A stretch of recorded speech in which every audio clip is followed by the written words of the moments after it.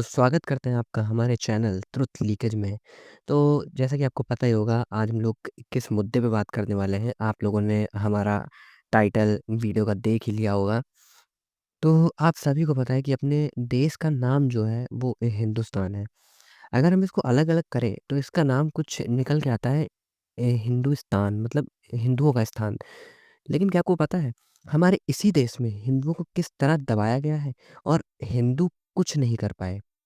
एक विवाद जो लगभग 600 साल पुराना था, एक नया मोड़ लेता है तब, जब एक इंसान जिसका नाम महंत रघुवीर दास था, उन्होंने सन 1885 में एक केस फाइल किया फैज़ाबाद कोर्ट में। उस केस के ज़रिए उन्होंने भगवान राम की मूर्ति स्थापित करने की अर्ज़ी लगाई, लेकिन वो केस वहाँ से खारिज कर दिया गया, जिससे हिंदुओं और हिंदू संगठनों में बहुत गुस्सा भर गया। कई सालों तक बहुत सारी प्रोटेस्ट किए गए, बहुत प्रयत्न किए गए हिंदू संगठनों और हिंदुओं के द्वारा, लेकिन जब तब भी कुछ नहीं हुआ, तब हिंदुओं ने एक कदम उठाया। उन्होंने दिसंबर 1949 में बाबरी मस्जिद के अंदर ही श्री रामचंद्र जी की मूर्ति स्थापित कर दी। अब क्योंकि श्री रामचंद्र जी की मूर्ति बाबरी मस्जिद के अंदर जब हिंदुओं ने स्थापित करी, तो होता ये है कि उससे मुस्लिम पक्ष बहुत ज़्यादा गुस्सा हो जाता है। अब जहाँ ये केस एकदम शांत पड़ा था, व ये कदम उठाते ही इस केस को एक नई आग सी मिल गई। अब शायद ये कदम इसीलिए उठाया गया था कि सरकार का ध्यान जो है इस विवाद की ओर जाए या इस विवाद की ओर मुड़े। लेकिन इस वजह से देश में कई दंगे हुए और सरकारी अ प्रतिक्रिया सिर्फ़ यही रही कि मस्जिद में प्रवेश बंद कर दिया गया। अब लेकिन ये बात यहाँ पे तो बंद होनी नहीं थी। तो ये मामला जो था बहुत ज़्यादा बढ़ गया मस्जिद में प्रवेश बंद करने के बाद, क्योंकि जब मुस्लिमों ने भी इसी बात को लेके प्रोटेस्ट करना चालू किया, बहुत ज़्यादा दंगे-फ़साद हुए, तब जाके जो मामला था, ये कानूनी और राजनीतिक तौर पे चर्चे में आ गया। लेकिन फिर भी कोई फ़ैसला नहीं आया। फिर एक बार 16 जनवरी 1950 को फैज़ाबाद कोर्ट में फिर से उस केस की एक बार अर्जी डाली गई। पूजा का अपनी पूजा का अधिकार माँगते हुए और मूर्ति ना हटाने का निवेदन करते हुए। लेकिन इन सब से भी कुछ नहीं हुआ क्योंकि केस वहाँ से भी जो है खारिज ही कर दिया गया। अब ज़रा आप सोचिए, जो देश हिंदू के नाम से जाना जाता है, जिस देश में हिंदुओं की मेजॉरिटी थी, वहाँ पे भी हिंदुओं को अपने ही धर्म और अपने मंदिर के लिए कितने संघर्ष करने पड़े। अयोध्या जिसको हम लोग श्री राम जन्मभूमि कहते हैं, वहीं पे जी का मंदिर बनने में क्या-क्या हिंदुओं को करना पड़ा, तब जाके हमें आज हमारा जो मंदिर है, वो बन पाया है।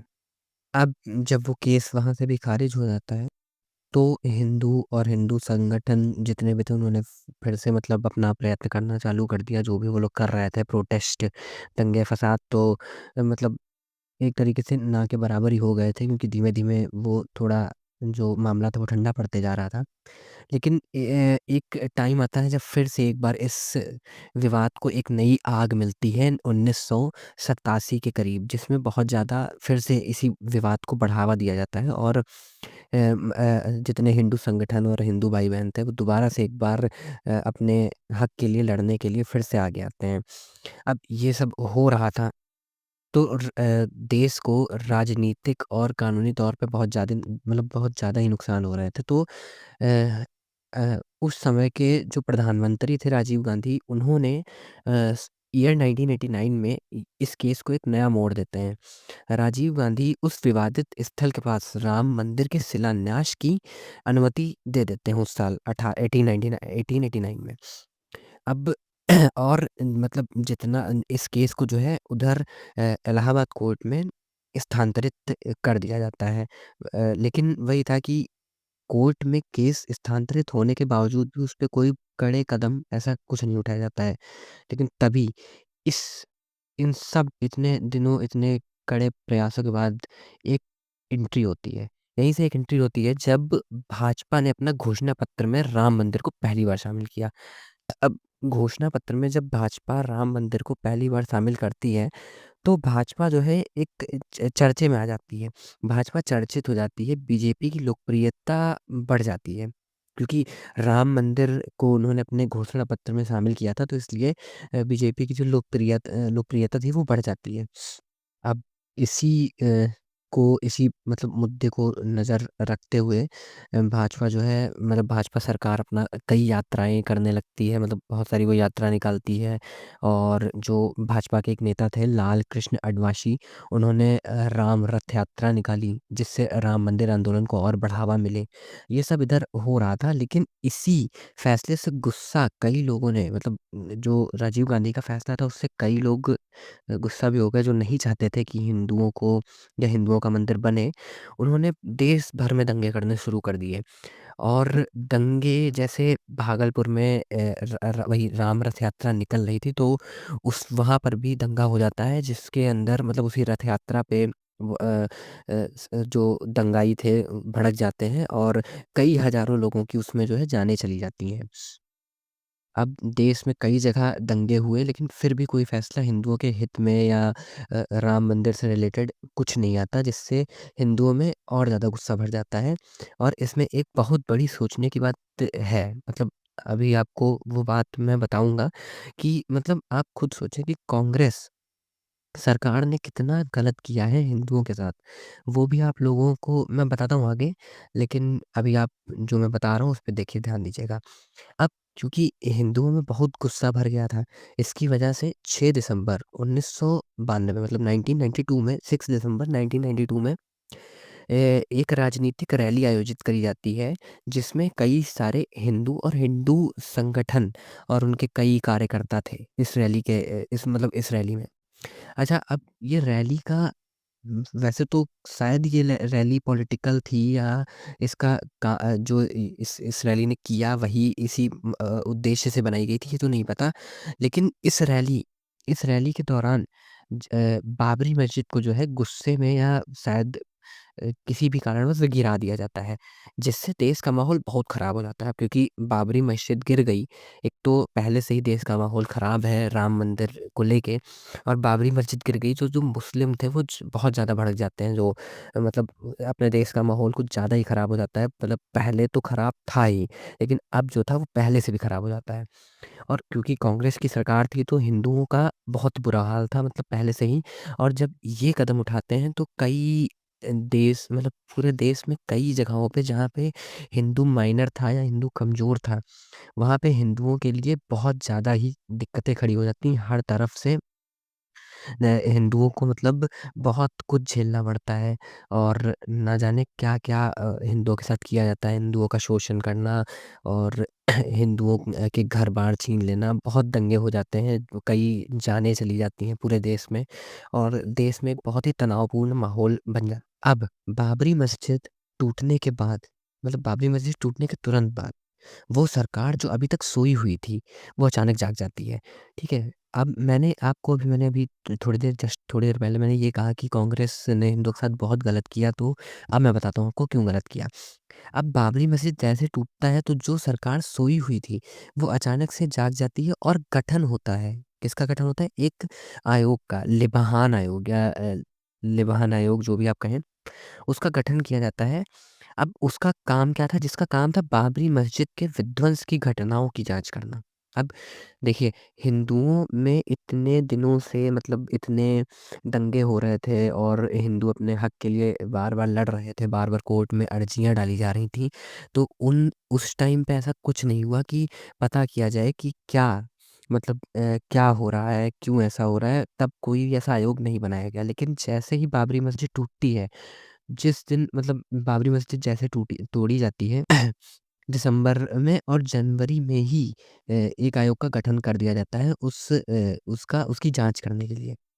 अब इस बात पे शायद जो हमारे वीडियो देखेंगे या जो जो भी देखेंगे, उसमें शायद कई हिंदू ही ऐसा बोले मुझे कि भाई पहले कोई चीज़ तोड़ी नहीं गई थी या दंगे नहीं हुए थे पहले। मतलब ऐसा शायद बोलें कि ऐसे किसी भी मंदिर मस्जिद को पहले गिराया नहीं गया था, शायद इसलिए आयोग नहीं बनाया गया होगा, ठीक है? तो मैं आपको बता दूँ कि हिंदुओं का पॉइंट यही था कि मस्जिद मंदिर को तोड़ के ही बनाई गई है, ठीक है? हिंदुओं ने अपना यही पॉइंट रखा था कि राम मंदिर या पहले ही वहाँ पे मंदिर हमारा मौजूद था, लेकिन उसको तोड़ के उसके बाद बाबरी मस्जिद बनाई गई थी। तो अगर जाँच करनी होती या सरकार हिंदुओं का थोड़ा-सा भी ध्यान देती तो वो पहले ही वो कर सकते थे ऐसा। और आपको बता दें कि दंगे नहीं हुए तो दंगे, अब मैं इतनी देर से मैं आपको ये सब सारी चीज़ें बता रहा हूँ तो दंगे बहुत पहले से होते आ रहे हैं। क्योंकि राम मंदिर से ये जो राम मंदिर और 1885 से विवाद जो चल रहा है और जो अभी तक जो 1989 या 1992 तक जो पहुँच चुका है, उस बीच में जितने भी साल रहे हैं, उसमें इस विवाद को लेके दंगे बहुत हुए हैं। तो अगर सरकार चाहती तो एटलीस्ट कुछ तो कदम उठाए जा सकते थे। अगर कुछ भी होता कि आप कोर्ट में एटलीस्ट हमें अपनी बात रखने का या हिंदुओं को बात रखने की एक मौका दिया जा सकता था, ठीक है? तो अब होता ये है कि ये केस मतलब चलता रहता है। काफ़ी समय तक ये केस चलता रहता है, लेकिन तभी क्या होता है कि 2014 में सत्ता का पलट हो जाता है, सत्ता पलट हो जाती है और आती है भाजपा सरकार अपनी। अच्छा, अब भाजपा सरकार जब आती है तो पहले उन्होंने अपने घोषणा पत्र में राम मंदिर का मतलब राम मंदिर के लिए बताया ब वो मतलब बनाया था अपना। और जब वो लोग अपना प्रचार कर रहे थे तो भाजपा ने ये भी कहा था कि हम अब आते-आते सबसे पहले इस विवाद को ख़त्म करेंगे और राम मंदिर को बनवाएँगे, ठीक है? मतलब भाजपा का ये कहना था कि भाजपा सरकार का कि राम मंदिर का निर्माण करवाएँगे। अब सरकार आ जाती है और कई साल भी बीत जाते हैं। मतलब 2014 से 2015, 16, 17 चलता रहता है काफ़ी टाइम हो जाता है। अब इसमें क्या होता है कि राम मंदिर के विवाद को लेके कोई भी बात नहीं हो रही थी। तो उसमें कई सारे मतलब नेता या बहुत सारे हिंदू संगठन के कार्यकर्ता ही सवाल भाजपा पे उठाने लग जाते हैं कि बीजेपी ने कहा था राम मंदिर का विवाद खत्म करेगी या मंदिर निर्माण करवाएगी, तो अभी तक उस पे कोई फैसला, कोई अहम फैसला क्यों नहीं लिया गया? या कोई भी उसका काम अभी तक क्यों चालू नहीं किया गया? बहुत सारे नेता जैसे कांग्रेस के ही एक नेता ने इस मुद्दे को बार-बार उछाला कि बीजेपी जो है कहती है कि मंदिर बनवाने का उसने वादा किया था और अभी तक ऐसा कोई भी फैसला क्यों नहीं आया है कि मंदिर या कुछ भी उसके बियॉन्ड या उसके उस कुछ भी काम नहीं हुआ है। तो ऐसे-ऐसे लोग थे कांग्रेस वाले कि मतलब पहले जिन्होंने खुद जिन जो 60 साल से खुद कार्यकाल में रह के उस काम को नहीं कर पाए, वो चाहते थे कि 3 या 4 साल के अंदर ही एक सरकार आते-आते उस मुद्दे को ख़त्म कर दे। अब बारी आती है धीमे-धीमे ऐसे ही यही सब बातें चलती रहती हैं और फिर इस केस को नए मोड़ मिलते रहते हैं। उसके बाद 9 नवंबर 2019 जब हिंदुओं का सपना पूरा होता है। अब 9 नवंबर 2019 को सुप्रीम कोर्ट से एक फैसला आता है कि मंदिर बनने की जो मंजूरी थी वो दे दी जाती है और हम लोग जो है अपने जो इतने साल 600 साल पुराना विवाद था उस केस को हम लोग जीत जाते हैं। जिसमें हिंदुओं की तरफ से केस लड़ते हैं परशारन श्रीमान परशारन, श्री हरिशंकर जैन और सी.एस. विद्याथन। और वही जो कांग्रेस अभी तक कह रही थी कि राम मंदिर पे अभी तक कोई फैसला क्यों नहीं आया, उसी ने अपने 24 वकील खड़े कर दिए इस फैसले के खिलाफ। मतलब दूसरे तरफ से कि मतलब वही कांग्रेस जो हिंदुओं के समर्थन में कोई फैसला नहीं कर सकी, लेकिन हिंदुओं के खिलाफ वकील खड़े करने में पीछे नहीं रहती, ठीक है? उसने तुरंत अपने 24 वकील खड़े कर दिए। मतलब ऐसा यही कहा जा रहा था कि 24 वकील कांग्रेस ने खड़े किए हैं और एक्चुअल में अगर देखें तो हाँ, वो उन्होंने ही खड़े किए थे। लेकिन वही बात है ना कि कांग्रेस की क्या ही बात करें। ये वही कांग्रेस है जिसने राम मंदिर उद्घाटन का न्योता लौटा दिया। जब राम मंदिर का उद्घाटन होने वाला था तब जब सबको न्योता दिए गए थे तो अ, न्योता वहाँ से लौटा दिया गया था। अरे आप न्योता ले लेते, आप नहीं आते वो समझ में आता है, ठीक है? लेकिन उन लोगों ने क्या किया कि न्योता लौटा ही दिया। आप समझ जाइए हिंदुओं के लिए कितनी मतलब बड़ी बात है कि अगर एक हिंदू एक बारीकी से इस पे ध्यान दे तो ये एक सच में एक बहुत बड़ी बात है कि हाँ, भाई तुम ना आते लेकिन तुम एटलीस्ट न्योता लौटाते तो ना। ये वही कांग्रेस है, जो 1959 मतलब 1959 में जिसके नेता जवाहरलाल नेहरू बाबर की कब्र पर जाते हैं। 1968 में इंदिरा गांधी बाबर की कब्र पे जाती हैं और 2005 में मनमोहन सिंह और उनके साथ राहुल गांधी बाबर की कब्र पे जाते हैं। और राम मंदिर का निमंत्रण लौटा देते हैं। अब ये बातें नटवर सिंह, एक जो उस टाइम पे कांग्रेस के फॉरेन मिनिस्टर थे, उन्होंने अपनी बुक में लिखी है, one life is not enough, उस बुक का नाम है। उन्होंने लिखा है कि इंदिरा गांधी बाबर की कब्र के पास खड़ी थी और वो उनसे कुछ दूरी पर खड़े थे। मतलब वही क्या कहते हैं, नटवर सिंह, जो उनसे कुछ दूरी पर खड़े थे। इंदिरा गांधी ने अपना सर झुकाया और बाबर को श्रद्धांजलि दी, और जब वो लौटी तो उन्होंने नटवर सिंह से कहा कि अ, अ, बाबर की कब्र पे श्रद्धांजलि देना एक अपने में एक बहुत रेयर अनुभव है, और ऐसा लगा कि सदियां सिमट कर एक बर्ड विजन में आ गई हैं। ये बात एक हमारे मतलब एक बीजेपी नेता ने एक बार और बताई है, और ये बात सच है कि अगर उनकी बुक पढ़ते हैं one life is not enough, तो उसमें ये बात लिखी है। तो ऐसी तो थी कांग्रेस सरकार। तो अब जब ये ऐसी कांग्रेस सरकार थी, तो आप खुद सोचो 60 साल में अब आपको समझ में आ रहा है ना कि क्यों फैसला नहीं आ पाया था हिंदुओं के हित में या राम मंदिर के ऊपर। क्योंकि जो सरकार चाहती ही नहीं थी कि उसका ये मुद्दा उठे, तो वो क्यों ही हमारा समर्थन करती या हमारे मतलब हिंदुओं को किसी भी एंगल से सपोर्ट करती। ठीक है? अब आप खुद सोचिए, ये हिंदुओं के लिए एक क्वेश्चन मार्क है, या एक बहुत बड़ा पॉइंट है कि ये इस देश का नाम हिंदुस्तान है। इसको हम लोग हिंदुओं का स्थान भी बोलते हैं, और यहाँ पे कहते हैं कि बहुत सारे मतलब मेजॉरिटी यहाँ पे हिंदू की ही है। लेकिन फिर भी आप सोचो, वो पावन भूमि जहाँ पर श्री राम का जन्म हुआ, जहाँ पे हिंदुओं की आस्था जुड़ी है, वहाँ पे मंदिर बनने के लिए भी हम लोगों को कितने प्रयत्न करने पड़े, 600 साल तक उस विवाद को चलाना पड़ा, और 60 साल तक दंगे करने पड़े, होते रहे, हिंदू मारे गए बहुत सारे, तब जाके वो मंदिर जो है हमारा बन पा रहा है, या जो हमारा मंदिर है वो आज बन पाया है। और वो भी ये मंदिर ऐसे आसानी से नहीं बना है।